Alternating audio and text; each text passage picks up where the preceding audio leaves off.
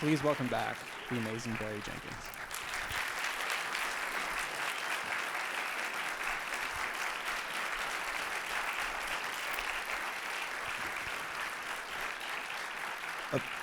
We weren't ready to go because I went to the bathroom and I washed my hands and my hands are all ashy, so I had to find some lotion. So I was like, I gotta go somewhere. I had to find some lotion. But otherwise, I'm good. And I'm not ashy anymore, so here we go. The non-ashy Barry The Jenkins. non-ashy Barry Jenkins, yes. Nobody will accuse you. Well, first of all, I just wanted to say thank you very much for making this beautiful film that I truly believe has been one of the few bright spots in a very difficult year, in a very difficult season. And a lot of people that I talked to said this. People from of all different stripes say that at least I saw Moonlight. So thank you very much for that. I really appreciate it. You're welcome, bro. I guess the first question I had is about location, because I think what's happening with a lot of American films is there's a lack of specificity, because a lot of American films are being made for a more global market. So you see films that don't really have they have like a loss of language, a loss of environment, and your film is so much about the place it's set in, which is a place that you're from. So I'd love to talk about, I'd love for you to talk about the impetus for that and wanting to make a film about where you're from. Yeah, the root of that, I guess, rests with Terrell McCraney. You know, I have to give Terrell credit for going to that place of writing, you know, the source material in Moonlight, Black Boys Look Blue, which was all about Miami. I do think that the struggles that Sharon goes through are struggles that young men and communities all over the country, and based on when I've been outside the country with this film all over the world, go through. But Terrell and I are from Miami. You know, you thanked A24 before bringing me up here, and I have to also thank A24 and Plan B, because you know it's a very difficult time right now in the world, and as a filmmaker, it's a very difficult time. I'm speaking now just of logistics to make anything that's as specific as you mentioned. And so there are no tax incentives in the state of Florida right now. There weren't any in the calendar year of 2015. So we could have gone to Louisiana, we could have gone to Georgia to make this film, when there are communities like Miami in those states. But we kind of stood up. We stood up on it and said this movie has to take place in Miami. The light is a certain way, the ocean is a certain way, you could smell it in the hood a certain way. And A24 and Plan B did not balk, despite the fact that the budget could have gone 30% farther had we relocated to some of those different communities. But that specificity you talk about, I think it ends up on the screen intrinsically because we kept it rooted in the place that it was born of, which, again, I have to give credit to Terrell McCraney for doing that. Right, and branching off that, could you talk about how you first came to collaborate with him? Because this is based on an unproduced play, correct? Yeah. So Terrell was an undergrad at DePaul University. He graduated around 2003. His mom had just passed away of age-related illnesses, and he was applying to the Yale School of Drama, and he had to write a work sample. Being Terrell McCraney, who's now a MacArthur genius, he wasn't at that time, but he had a work ethic, so he wrote 3 work samples. This play, and Moonlight, Black Boys Look Blue, was one of those. The other piece he wrote, the Brother Size trilogy, went on to be performed all over the world and kind of put him on. And this thing kind of just sat there. And it wasn't until 10 years later when a mutual friend who knew these things about myself and Terrell, there's this article in the New York Times that's out right now that pretty much says everything you would ever want to know about how me and Terrell grew up. And in that article, you'll learn that Terrell and I went to some of the same elementary schools, same middle school, and both our moms struggled with this addiction to crack cocaine that you see depicted in the film by Naomie Harris. And nobody knew that about me, but Terrell had spoken about it quite a bit. And so these mutual friends read his piece and said, hey, this isn't about you, Barry, but it's about you. And when I read it, I saw exactly what they meant. And that was kind of how the whole thing came together. You know, 2 guys who probably passed each other in the hallway multiple times over the first 15 years of their life only met, you know, in their early 30s when this connection was formed around these mutual friends, knowing we both went through this thing with our mothers. And I read that it took you only 10 days to write this script. Is that true? I mean, to write the first draft, yeah. I mean, well, that counts. Not to write the film you guys just saw. But you know, I was at a not a dark place, but you know, I was at a very decelerated place, I would say, in my career at that point. Medicine for Melancholy is going to screen, I believe, in this same room at 9:30. I'd made that film in 2008 for $15,000 with 5 friends in 15 days, and it kind of got me put on, and then I didn't put anything else on after I got put on. And so it was like 6 years later, and again, another friend of mine, Adela Romansky, who was the first producer on the project, and she said, hey, you have to make a film. And I said, yeah, I want to write something. And Terrell's piece is one of those things. And I thought, if I can just go somewhere where I have no distractions, I think I could get this writing done. And so I asked friends what, I wanted to go to Europe, and I asked friends what the most boring place in Europe was. And I apologize to any Belgians in the audience. Because Brussels, Belgium was the place that came back. And so I went to Brussels, and 10 days later, because there was nothing to do. I mean, nothing. 10 days later, I had the first draft of the script. And I'll say this, if you go on YouTube and look up, I don't know how you would find it, but there's an interview with me as I'm sitting in the apartment writing the script, and the guy actually says to me, it kind of checked me. He's like, yeah, man, why's it been so long since you made a movie? And I was like, this is 3 years ago. I'm sitting in this flat in Brussels. I go, well, I'm writing something now, and I think this is going to be the next piece. And here we are. There's also a New York Times video, the 20 people under 40 in world cinema. And that video was also, it's me with a digital camera just recording what's around me as I'm writing this film. And it looks a bit lonely, because I've watched it recently because I remember these things happen. And yet I can see the loneliness outside is channeled into whatever Mania ends up in the last 110 minutes you guys just experienced.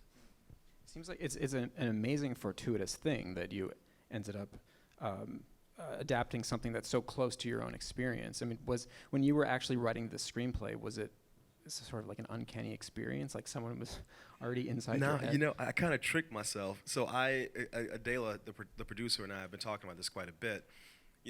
Again, when I made this list of things I wanted to make, the one thing we decided was we want to make something with our friends that we care about, that's personal.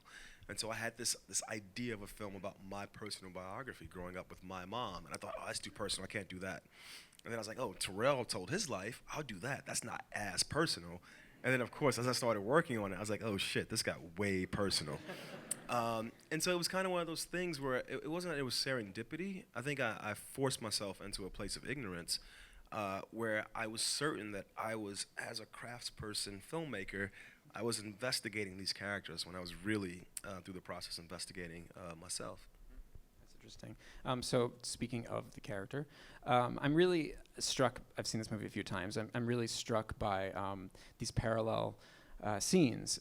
So in the first section, you have a scene in a restaurant where Juan, the drug dealer, who's the father figure, is basically trying to break through the barrier to talk to this child, Little, who won't talk back. And then the climax of the film is also set in a restaurant where Chiron, now called Black, someone is sitting across from him trying to break through.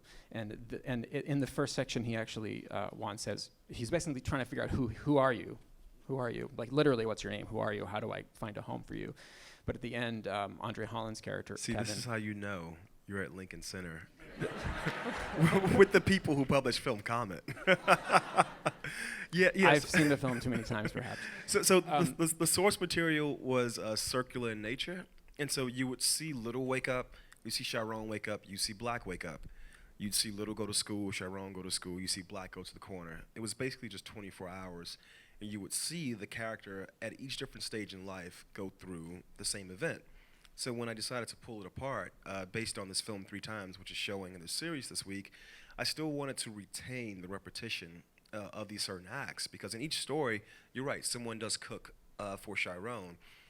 He accepts that gesture. I think there's this intimacy involved when someone prepares a meal for you, when someone feeds you, when someone actually sustains you. It's an act of nurturing, but he receives it a different way in each different chapter of the film. So it was kind of like an attempt to retain what I responded to in the source material, but then also, revealing the information in a way that sort of tracked with the character's journey, because these things happen to us over and over again. We kiss people, and they mean different things depending on where we are, in our maturation as human beings, in our stage of life. People feed us, and we receive it a different way. It's like, oh, you're supposed to feed me, and then other people, it's like, oh my God, I can't believe you fed me. And I think those things are happening as the character is developing and accepting, again, who he truly is. And that each time means something so different. I mean, there's such a. I mean, bruh, when Juan gives him that meal in the diner in the first part, and when Kevin makes that meal in the third part, way different things. Very different things. It's a whole different level of expression. But I love how the food itself can be a seduction, right? In the third chapter, yes. In the third chapter, I'm talking about the third chapter. Yes. So and to talk about the casting of Sharon, obviously it's delicate a thing to do, to cast three very different actors to play the same character. What was the one shared characteristic that you were looking for between these three actors? The biggest thing was, and I didn't say this to the actors in the audition process, but I did say it to Yessi Ramirez, our casting director. It's no secret that Claire Denis is my favorite filmmaker. We're showing Beau Travail with a fantastic short screening before it. So if you've seen that film and you don't think you have the time to watch it again, they're showing a 35 millimeter print in the short film you can't see anywhere else. It's amazing. That's a sidebar. But anyway, Claire Denis is my favorite filmmaker, and so I've always been watching a lot of French cinema. And when you watch French cinema, you see these actresses, these French actresses. Often there's a French male actor who's just like gesticulating, doing all this shit, and the woman is standing there watching, observing, and she's emoting, and the scene is not hinged on this guy doing all these big expressions. It's on this woman who is processing, who's relating, who's reflecting. So I was trying to find that same quality in these young black men, because I feel like the way I grew up, not as a filmmaker, but as a person, you see these young black men, at least I did in the community I grew up in, who were going through massive change without expressing how that change felt or what it meant. But if you looked at them and took the time to look at them, you could see that change taking place beneath the surface. And so that was the one quality that we were looking for, partly influenced by where I grew up, but also the cinema that I've ingested over so many years. And I said to Yessi, we have to write scenes that aren't in the film to cast these guys, because we have to know if I give them dialogue, they can do it. But what I'm really looking for is when you were reading lines of the other character, how are they behaving? How are they responding?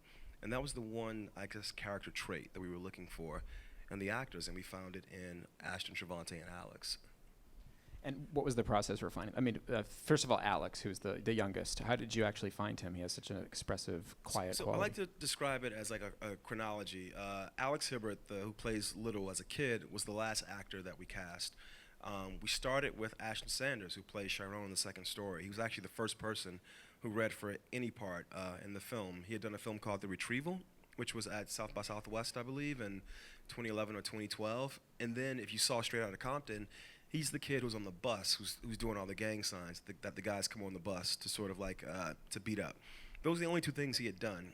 And he came in to read for this, and me being a director, because he was the first guy, I was like, I can't be the first guy. And so he read, and I was like, all right, he's fine, but show me 100 other guys, But he stuck around. We kept bringing him back over and over again. And I think through that process, one, I got to know him a lot better, and he got to know the character a lot better. I think it's why his performance in the film is, I think, the rawest performance in the movie, but I think it's because he knew the character the best, because he had done it so much with me in the room. And then Trevante Rhodes came in to audition for Kevin, actually, for André Holland's character. And I thought, there's no way this guy's Kevin. He's got too many muscles. There's just no way. But out of respect for the process, I wanted to let him audition. And, I wanted this film to be immersive for the audience. I wanted you guys to feel what the characters are feeling. And when Trevante walked in, I judged him immediately. I said, this guy is not my character because he's not capable of the level of vulnerability I think the character demands. Because he had all these muscles. I mean, he was even more yoked in real life than he is in the film. I had him lose weight. And he was auditioning, and as he was auditioning, I just saw this deep vulnerability within him, this deep sensitivity, and I thought, okay, if the audience can do the same journey that I just did in the audition room, then we will have won. Then you will look in his eyes and see whatever little kid I find to play him in the first story who's going to dance in the mirror. You will believe that guy could have been that kid. And once I had those two guys, I always wanted the young character to be from Miami, to be the voice of the city I grew up in. So I knew we would go back to Miami to cast Alex Hibbert. And I felt like if I knew where the character ended up, I would know where we needed to start from. And so we had been going to Miami over the course of, I want to say 14, 16 months. And it wasn't until like 30 days before production that we finally found Alex Hibbert. He just walked in, and he was like this 10-year-old dude who felt like a 70-year-old man. And I was like, that's my guy. You mentioned, you said the word immersive. You want to immerse the audience and the characters, and that definitely comes across. I feel like the movie there's a real aesthetic rigor to it, but it also, there's something kind of casual at the same time about it. When you were working on the script, I'm just wondering how much of that that visual rigorous aesthetic was part of the original plan, or do you find that in the shooting? Do you find it in the editing? I think, one, you make a movie 3 times. You write it, you make it, you direct it, you make it, and then in post, you make it again. And I try to not be beholden to any process that came before. Once I'm in the edit, the script is out the window. Hell, once I'm on set, the actors can tell you the script is out the window. I said to a producer, she's like, what are you doing? Why is the camera pointed that way? I was like, I'm not making the script. I'm making what's in front of me, I mean, the script is a blueprint. We're actually working to the script. We got to know what we're doing that day, but I'm absolutely making what's in front of me. And so some of those things are written into the piece. The script is like 93 pages. The original script we had, the shooting script, is like 98. The finished film was 110 minutes. So we always knew there would be more space that we would find in the edit than we would have on the page. But once we're on set, I try to let the actors and myself and the cinematographer figure out what is the most appropriate, accurate, authentic depiction of the scene I have in my head that we can get in flesh and blood on the day. Because with the budget that we're working on and the pace that we're working at, I can't afford to have what's in my head that nobody can see, nobody can feel, nobody can touch. I don't want that to dictate what the people who are actually in the room in front of the camera, what they're performing. And so I never direct the first take. I always just want to watch and see what the actors bring, and then see how far is that from what I have in my head, and try to calculate what the distance is to get the best version of those two things, to collaborate and then end up at a place that I think is truthful to my vision. It's a movie that obviously touches on so many things, but I feel like there aren't a lot of American movies that deal with masculinity the way this film does. And in an interview I read with you, you used the term. There is a French one called Beau Travail that's playing at Lincoln Center this week. And that is a great movie. Listen to him. It's amazing. It's amazing. But this is a very, I think, a very specific American. You called it toxic masculinity in an interview that I read. When working on this film, or working on the script and then working on the film, was this kind of like a guiding principle? I mean, it's obviously one of the themes of the film, but I really haven't felt that theme come through an American film that I had maybe ever seen. Yeah, it wasn't a guiding principle, but I was definitely aware of it. I knew it was gonna be something that when people saw the film, that they sort of hinged on. I think I want to say the representation, but that's the wrong word. I think the impression of what a black man is, of what a black male is in America, is very tainted. I only say tainted because I think the presentation of black men has often not been controlled by black men. The news media we see is not controlled by black men. The television, all this other shit that we get. We're getting all these presentations of who black men are that are not deriving from black men. And so I knew immediately when these characters walk on screen, when the movie opens and you see Mahershala Ali and that drug deal is happening, you automatically assume what the film is because of all these presentations you've seen of black men before you walk into my cinema. And so I knew, not that we were going to do things to subvert that stereotype, but that stereotype was going to walk in with the audience into the cinema. And so being aware of that, there's no way I couldn't be aware of the currency of what we were doing.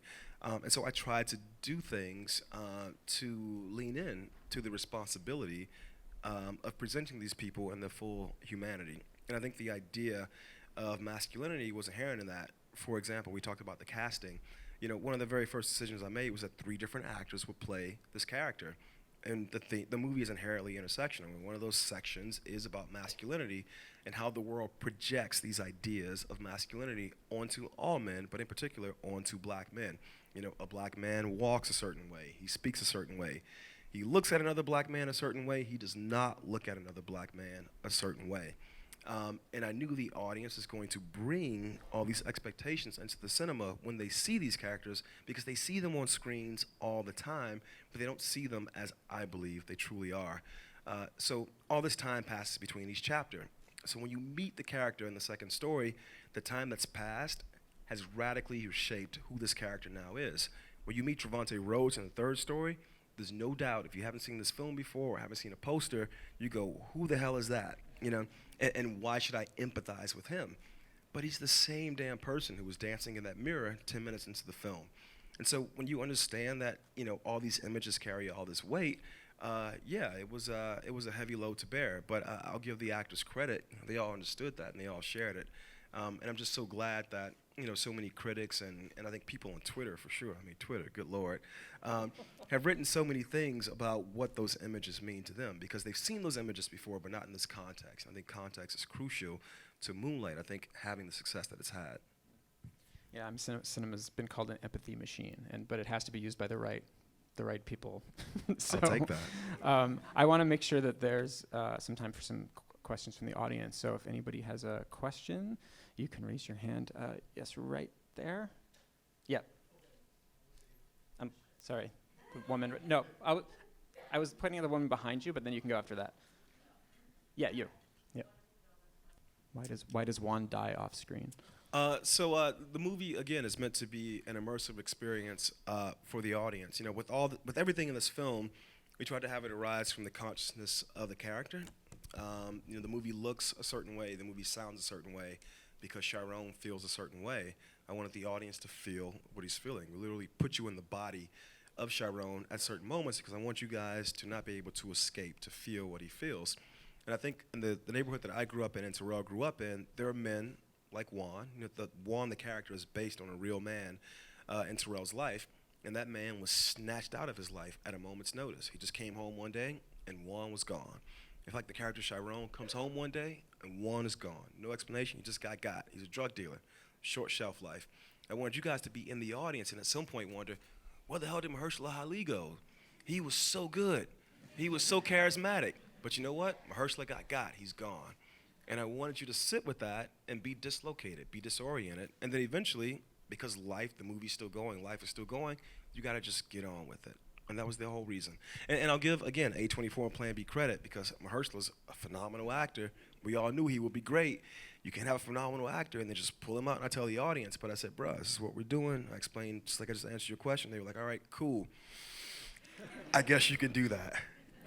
But I always get that question, and I apologize because I know there's a version of this film where Juan is in his life every day. And both those men, Chiron and Juan, are better because of that relationship. But it wasn't true to the reality of what a man like Juan does as an occupation. So he got.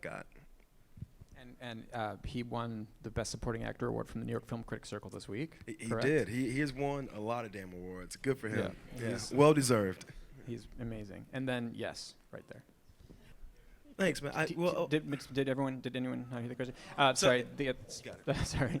I just want to make sure everyone heard it. The question was that Medicine for Melancholy, his first film, was 2008, and he hadn't made a film in between, and that they have very different aesthetic styles, and that it seems like this film is such a step up in terms of the technical virtuosity. And so I guess the question is, how did you get so good? Well, it's funny. Those versions of that question is like, yeah, exactly. Why were you so bad in Medicine? Why are you so good in Moonlight? No, I'm just messing with you, man. See, I got a microphone, you don't, so I can mess with you. Nah, you know what? I mean, again, it's the same cinematographer, the same DP. In between these two films, I had a deal at Focus Features. Cary Fukunaga made this short film called Sin Nombre. Then he made a feature called Sin Nombre. Dee Rees made Pariah. She got this deal at Focus Features. I made Medicine. I got a deal at Focus Features. James Seamus and John Lyons were really good about trying to pluck these young filmmakers and give them a larger platform. The industry changed. 2008 happened. There wasn't enough money to go around. But James did say something to me that I think is evident in that question, which is the budget informs the aesthetic. Same filmmakers. We had $15,000, 15 days, 5 people. We did the best job we could with Medicine. I actually think that's a very beautiful film. I think James did a great job shooting it. It is. Great. But we had more tools on this one, and it was a different world. And I will say, my approach to Miami ran counter to my approach to filming San Francisco. San Francisco is a gorgeous city that made me feel very ugly. Miami is a very beautiful, beautiful city And this film is dealing with very ugly things. The images run counter to sort of like the assumptions of how that should be depicted. And I think the two films, in a certain way, if I had a different budget, I could switch the budgets. I still think the films would end up looking the way they do. But I'm gonna take that as a compliment, bruh. And the other thing too, I've been getting so much credit for making this film, and I appreciate it. But in between Medicine and Moonlight, my editor won the very first Spirit Award for editing for Short Term 12. He's done the full last season of Girls. He's cut like at least 8 features. James has shot like 6 different features. Everybody got better. So when I came back to work, my collaborators were like, hey, I'm gonna lift you up because I got more skills. And so I give them all the credit for the disparity you see in the quality of those two films. I'm just messing with you, man, because I got a mic. Medicine for Melancholy is terrific, and everyone should stay and watch it. And I have a lot of things to say about it, but I'm not going to waste everybody's time. Right here in the front. The first question is about your creative process and how you prep to shoot something. The second question steals my final question of the night, but that's fine, I'll forgive you, which is about the other films in this series, because they're films that inspired you when you were making Moonlight, and how those inspirations actually played out. Yeah, I think in a very concrete way, I'll talk about the process. So I shot list the whole, I don't storyboard because we work in real locations, and I think storyboards are kind of useless because at the budget that we're working at, we don't usually have those locations until a week before, 2 weeks before. And a storyboard artist needs much more prep than that. But I shot list the whole film by myself without the DP, the first pass. And then I bring James in, and we go over the shot list, front to back, again together. Then when we're on set, the shot list is great, but at that point I'm like, all right, that's cool, but here's what's in front of us. And so some of that stuff ends up being very concrete. There are sequences in this film, for example, the last like 5 minutes of chapter 2, that has been in my head for about a year. For like a year before we got to production, that was in my head, like shot for shot for shot. That is how it was. And then there are other things, like in chapter 2, when when Sharon comes home from Teresa's, he's had the dream about Kevin. He's in the courtyard. She says, hey, but I'm your mama, ain't I? I was on set with them, and it just wasn't going far enough. As an immersive experience, I felt the audience wasn't feeling what I felt as a person living that moment with my own mother. But I know the tools of filmmaking. So I'm like, how can I put you guys in his head to feel it more viscerally, to feel it, in the soles of your feet? And I go, oh shit, well, Naomie, can you do this looking right into the camera? And I say to James, can you put the 50 on and shoot it at 48 frames per second? I went to film school. If you force it to 24, the 90-degree shutter is gonna look cool. All right, cool, so we got that. And Naomie's like, yes, I can do it looking right into the camera. And so we roll camera, and the cinematographer is my homeboy. I've known him 15 years. I only want this one line, but I'm your mama, ain't I? She does the line, it looks great. And then she turns and walks the front door. And James walks with her. And I'm watching this on monitor. And as I'm watching it, now I'm in his head. You guys, the audience, are in his head. And I know at a certain point we're going to slip that audio. Things like that I can't plan for. The same thing with the pink hallway. When Naomie comes from the argument with Mahershala, and she and the kid and Little are standing in this hallway. James and I found that location because it reminded me of the last apartment I remember living in with my mother before she got strung out. And we just put this light at the end of the hallway for no damn reason. And then Naomie showed up, and I was like, you know what? I want you to stand there and look at him, and he's going to stand there and look at you, and we're just going to roll it. And again, we're going to do it at 48, and here's what it is. And then I thought, would you yell at him? And she said, yeah, I think I would yell at him now as the character. And again, that's in the movie. It's not in the script. It's not in the shot list. So there's certain things like that. And speaking of the influences, all these movies that we're showing this week, I don't believe your influence becomes your aesthetic. And yet I do think, we're watching all these images all the damn time. Everybody has a phone. There's so many images on it. You're walking down the street, especially in this city. Holy shit. I got all these billboards that are lit up. Just information is coming at you all the time. That stuff gets inside you. So we programmed this week. We're showing Beau Travail, which I keep talking about. I only say that because I haven't seen it in about 5 years. But when Dennis hit me up about making the series, I was like, yeah, I think Beau Travail has got to be in there. So I watched it. And there's this actor in this film, Michel Subor. And the first time you see him, I had forgotten this. He's smoking a cigarette, looking right into the camera. Now, we're on set, and we've wrapped the whole diner scene. And the truck is over there. Everybody's working, putting things away. And I go to André. He was standing against his wall. He looked like James Baldwin. I was like, bruh, you still got that cigarette? He's like, yeah, I got it. I was like, I want you to light that cigarette. I want you to look right in the camera. And here's my trick. James, 48 frames. I want you to walk into him. And we did it. It's not in the script, not in the shot list. That, to me, is, again, this thing I saw 6 years ago, 8 years ago. And now I'm in this moment, and it's like it just comes back to you. But when it comes back to you, you repurpose it. This is Godard quote. It's not where you take things from, it's where you take them to. And so I think all that stuff just adds to this vat of me trying to express what it was like to grow up in Miami, Florida. So, yeah, I guess that's what it is. Just gets inside you. That's really interesting. Gets inside you, bro. Yes, I'm going to go further back to make sure we get everyone. Oh, I'm going to be pointing at two people at the same time. I know that. Right here. Yes, you. Yep. So the question is about the direction of actors, and how did you go about eliciting these micro expressions, these tiny emotions from these actors? Yeah, I like the phrase micro expressions, by the way.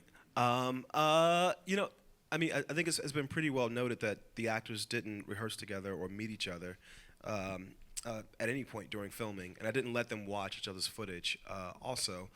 So part of that is magic, for sure, but then I think another part of it is the work of our casting director, Yessi Ramirez. The one thing I did do was I gave all the actors the full script. I wasn't so method that they could only have their own chapter, but there was a freedom inherent in the fact that I do think the character's changed so much that he's become a different person at each stage of the film. And yet I tried to write the script in a certain way that it would give these guys some direction of how they could externalize these internal emotions. For example, after the phone call, when Kevin calls Black and Trevante is sitting on the edge of the bed, there's this line in the script that is unfilmable, for all the film school filmmakers in here. It says, Black hangs up the phone, sits on the bed, despondent, and then it says, looks at his cell phone, 5 minutes, 26 seconds, ... a lifetime. Unfilmable. Purple prose. My screenwriting instructor would have been like, get that shit out of my screenplay. But you give it to an actor, and in the movie, Trevante, he hangs up the phone, he sits down, he looks, he puts it on his hand like this here, and then he lays back, he looks at it, and he drops it on his chest. And so all the actors had these little nuggets in the action description that they knew they could perform out loud. And I guess I'm the control in a certain way. Myself and James are the control. We framed them all in very similar ways. There's a shot in each chapter where we're on their back, 2, 3, 5 frame. We're like 10 feet away from them. They're walking away from us. We're keeping the distance. But then I was trying to direct them to do these things, to, as you said, express these micro expressions. And the one that I've forgotten about that somebody reminded me of earlier today is in the first chapter, Alex Hibbert was just such a gifted performer. And the first time Juan meets him, he comes to the window, he says, hey, what's up, little man? And then when Juan drops him off after the beach scene, he walks in, mom's in the house doing bad things, and he meets this other Black dude. And the first thing he says is, hey, what's up, little man? Same damn line. And so I said to Alex, and again, it was 25 days, I had to really trust these actors, and this is like the youngest actor who's never acted before. I said, hey, Alex, he just said the same thing to you, right? He goes, oh, yeah. I go, you should do something.